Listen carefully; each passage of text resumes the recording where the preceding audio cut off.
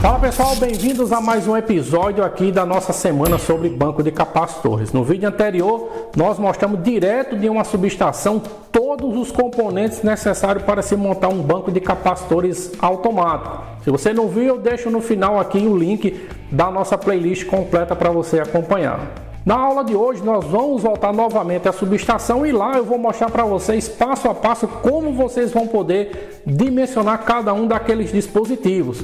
Mas antes, confere aqui se você está inscrito no canal, ativa o sininho das notificações e olha, deixa aquele like. E aguenta firme aí pessoal que até o final dessa aula eu vou falar mais para vocês sobre o nosso grupo VIP do WhatsApp aqui da Engeral. Criamos então um grupo VIP do WhatsApp para você que deseja se tornar um especialista em comandos elétricos e ser então aí um eletricista industrial. Fala pessoal, bem-vindos a mais um vídeo da nossa série sobre banco de capacitores. No vídeo de hoje nós vamos mostrar e te ensinar como dimensionar cada componente que compõe um banco de capacitor, beleza? Eu vou estar abrindo agora aqui e explicar algo muito importante para vocês.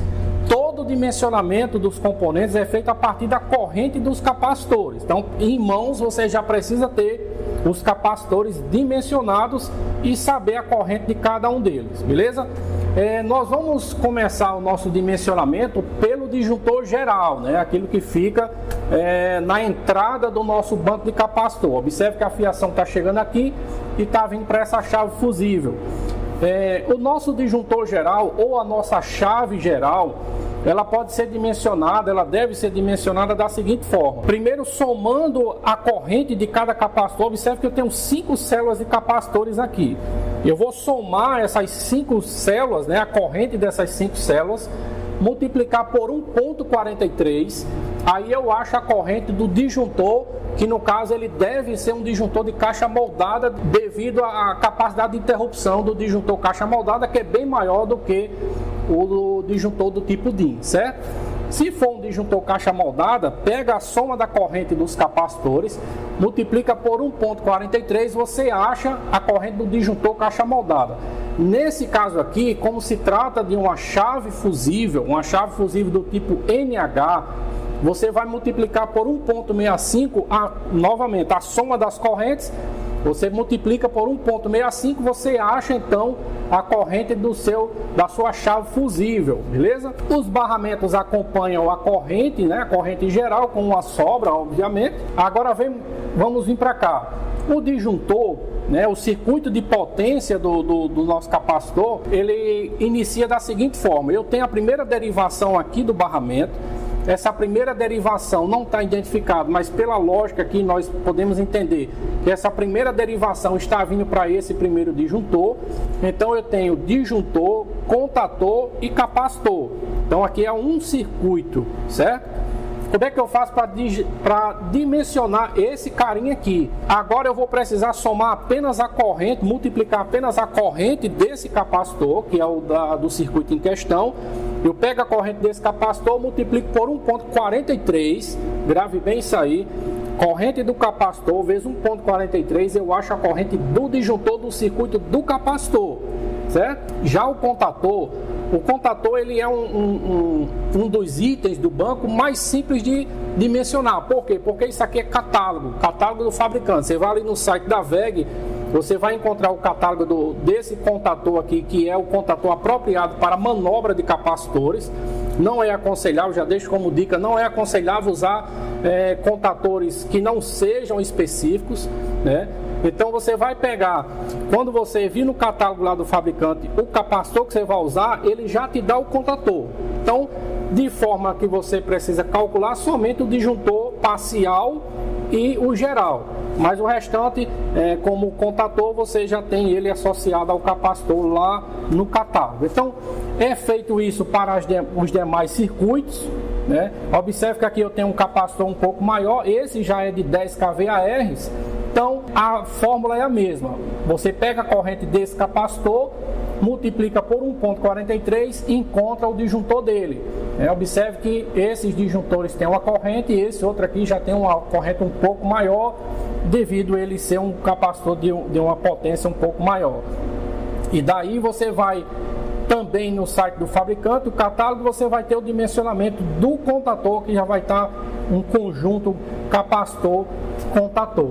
Outra coisa que a gente precisa dimensionar é o controlador. O controlador, ele é um carinha que faz a parte automática do banco, ele faz a leitura entre corrente e tensão, ele precisa dessa referência, receber essa referência, e aí ele lê e faz essa leitura do fator de potência atual, e ele, de acordo com a programação que for feita nele, né, o set point lá do fator de potência desejado, você vai ter aí de forma automática a entrada e saída de cada capacitor desse. Ele vai ver a necessidade de correção no momento e fará então a entrada de cada capacitor acionando os contatores, beleza?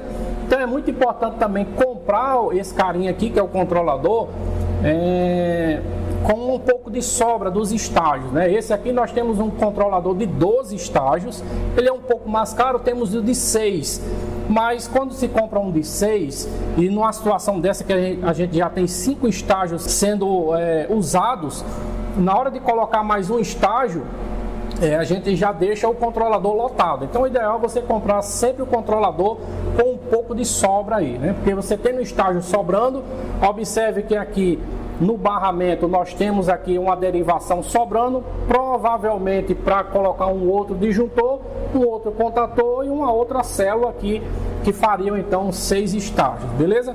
Então é isso aí. O controlador à frente dele é esse carinha aqui.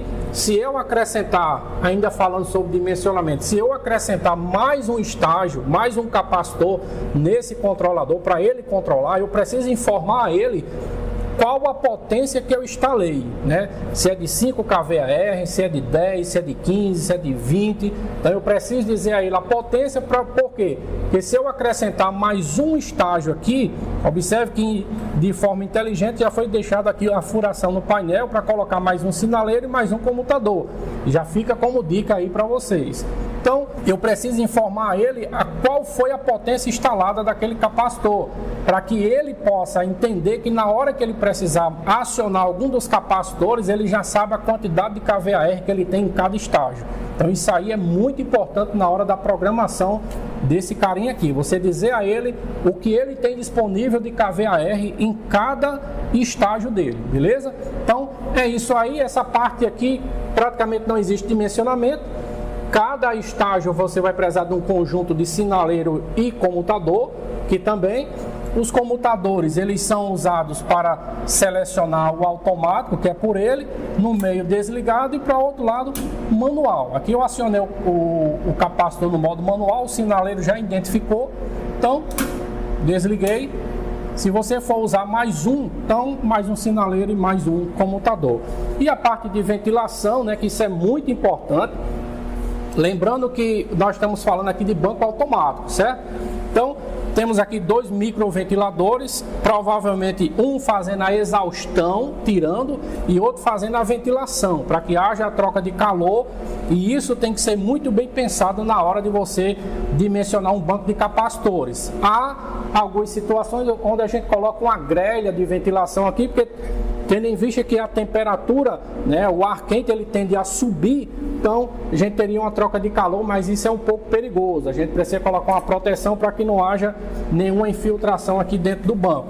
Então, nesse caso aqui, como os capacitores estão dentro do painel, então a ventilação ela tem que ser muito bem projetada. Aqui já usamos uma câmera térmica, já está tudo ok aqui, não tem nenhum ponto quente, e também os capacitores estão numa temperatura ideal. Beleza? Quando os capacitores são instalados numa prateleira ao lado, aí não há tanta preocupação. Mas basicamente, para se montar um banco de capacitor, o dimensionamento é esse aí. Lembrando que você já precisa ter a quantidade de kVAR necessário para fazer aquela correção. Porque não estamos falando sobre dimensionamento do capacitor, porque isso é um assunto um pouco mais complexo, que vai levar um pouco mais de tempo, e a gente não tem condição de em um vídeo aqui a gente falar sobre o dimensionamento do banco do capacitor em si, mas os componentes é isso que a gente acabou de ver, beleza? Então, valeu! Bom pessoal, de volta aqui ao nosso laboratório, eu quero te perguntar então, Você já sabia desses macetes para dimensionar os dispositivos de um banco de capacitores automático? Responde para mim, sim, embaixador, eu já conhecia esses macetes para dimensionar os dispositivos. Ou não, embaixador, eu não sabia, aprendi aqui na semana do banco de capacitores na Ingeral. Aproveita também, clica nessa setinha torta aqui, já compartilha com teus amigos que você acredita que precisa conhecer esses macetes.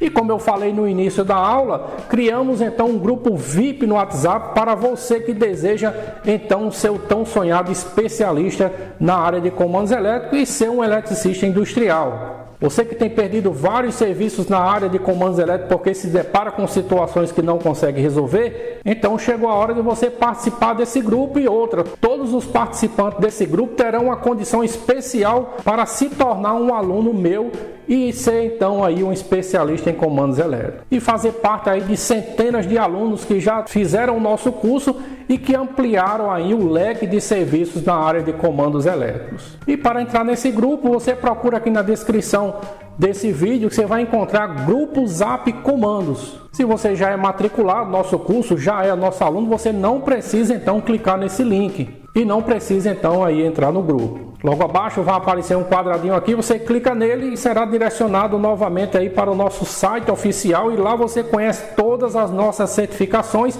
inclusive a de comandos elétricos, que te torna então aí um especialista na área de comandos elétricos. Ao lado, você já sabe, tem a playlist completa aí da nossa semana sobre banco de capacitores, e amanhã nós voltamos aqui para mostrar vários erros que muitos técnicos cometem na hora da montagem de um banco de capacitores. E as imagens que vocês vão ver amanhã é impressionante. Nos vemos amanhã, então um forte abraço, fiquem todos com Deus.